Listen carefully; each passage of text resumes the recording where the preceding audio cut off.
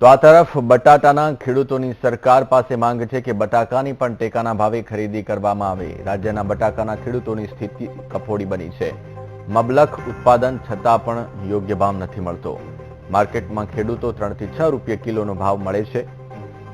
બિયારણના ઊંચા ભાવથી ખર્ચમાં પણ વધારો થયો છે। તો કોલ્ડ સ્ટોરેજમાં संग्रह छतां पण भाव नहीं मळता। सरकार टेकाना भाव जाहिर करे तो खेडूतोने राहत मळशे। तो दहेगामथी अमारा संवाददाता गौतम श्रीमाળી अमारी साथे लाइव जोड़ाया छे। गौतम, केवी स्थिति छे हाल खेडूतोनी?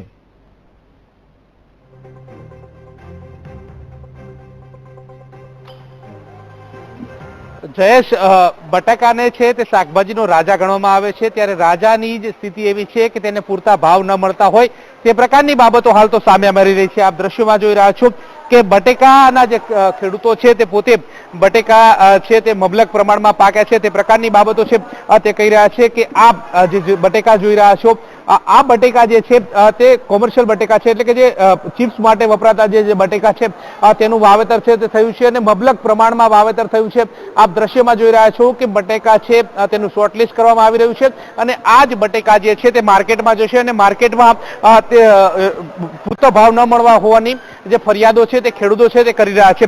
જો કે હાલ બટેકાની વાત કરવામાં આવે તો બટેકાનું 2 કે 3 રૂપિયા જેટલું જે માર્જિન છે, એટલે કે 3 રૂપિયાથી 6 રૂપિયા જે કિલો છે તે બટેકા વેચાય છે। જો કે બટેકાનું ઉત્પાદન છે તે પણ મબલક પ્રમાણમાં થયું છે, પરંતુ મબલક પ્રમાણમાં ઉત્પાદન થયું છે પરંતુ પૂરતા ભાવ ન મળતા હોવાની જે ફરિયાદો છે તે ખેડૂતો કરી રહ્યા છે અને કોલ્ડ સ્ટોરેજમાં લાવવાની નોબત છે તે આવી રહી છે। આપ દ્રશ્યમાં જોઈ રહ્યા છો કે હાલ તમામ જે ખેડૂતો છે તે પોતાની જણસ કહી શકાય તે પ્રકારની બાબતો છે કે જે હાલ તો કોલ્ડ સ્ટોરેજમાં સ્ટોર કરી રહ્યા છે, કોલ્ડ સ્ટોરેજમાં મૂકી રહ્યા છે અને પૂરતા ભાવ ન મળતા હોવાની જે ફરિયાદો છે તે પણ કરી રહ્યા છે। ખેડૂતો પણ છે આપણી સાથે, તેમની સાથે પણ વાત કરવાનો પ્રયત્ન કરીશું કે તેઓ શું કહી રહ્યા છે। હાલ તો તમે દ્રશ્યમાં જોઈ રહ્યા છો કે કોલ્ડ સ્ટોરેજમાં જે બટેકા જે છે તેને સ્ટોર કરવામાં આવી રહ્યા છે કારણ કે પૂરતા ભાવ નથી મળતા।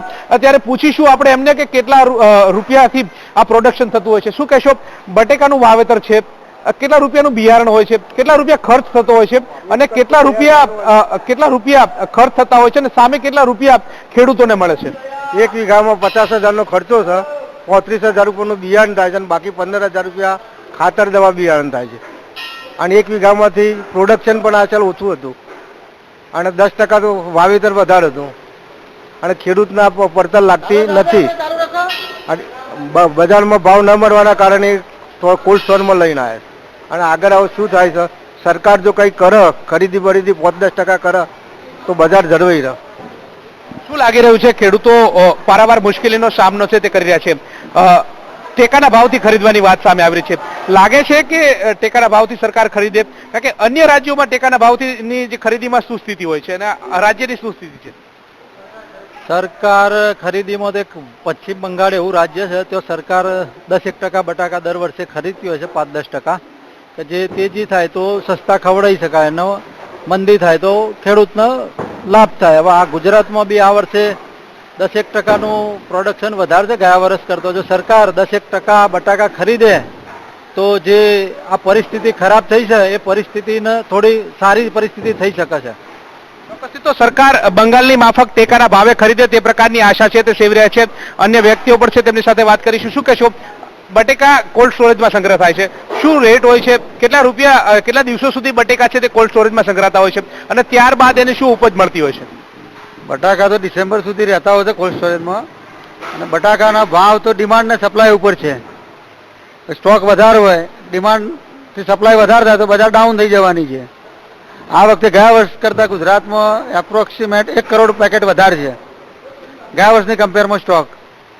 1 કરોડ કટ્ટો ગુજરાત તો ખાઈ નહીં શકવાનું। ગુજરાતના 12 બટાકા જાય તો આ સ્ટોરો ખાલી થઈ રહે, બાકી સ્ટોરો ખાલી કરવા મુશ્કેલ પડશે।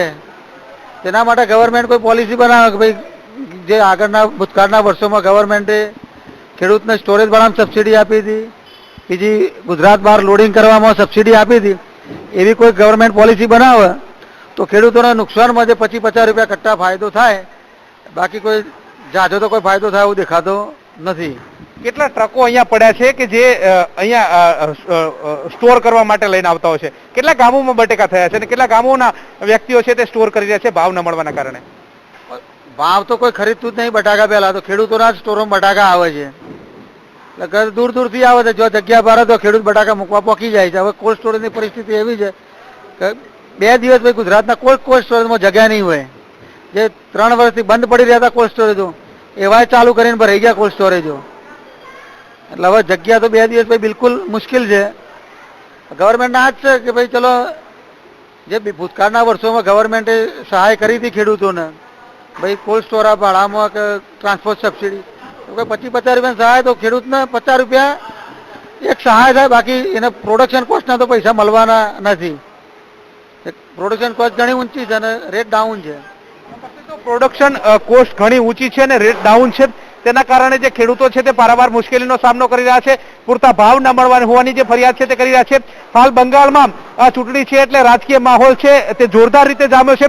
પરંતુ વાત કરવામાં આવે તો બટેકાની જે ખરીદી છે તે બંગાળમાં થાય છે, પરંતુ રાજ્યમાં ટેકાના ભાવે ન થતી હોય તે પ્રકારનું પણ ખેડૂતોનું કહેવું છે. ત્યારે હવે જોવાનું એ રહે છે કે સરકાર કેવા ભાવથી ખરીદે છે, કેવી રીતે ખેડૂતોને પ્રોત્સાહન આપે છે તે જોવું રહેશે. પરંતુ હાલ તો જે બટેકાની ખેતી કરતા ખેડૂતો છે તે પારાવાર મુશ્કેલીનો સામનો છે તે કરી રહ્યા છે. જી બિલકુલ ગૌતમ, તમામ જાણકારી માટે આપનો આભાર.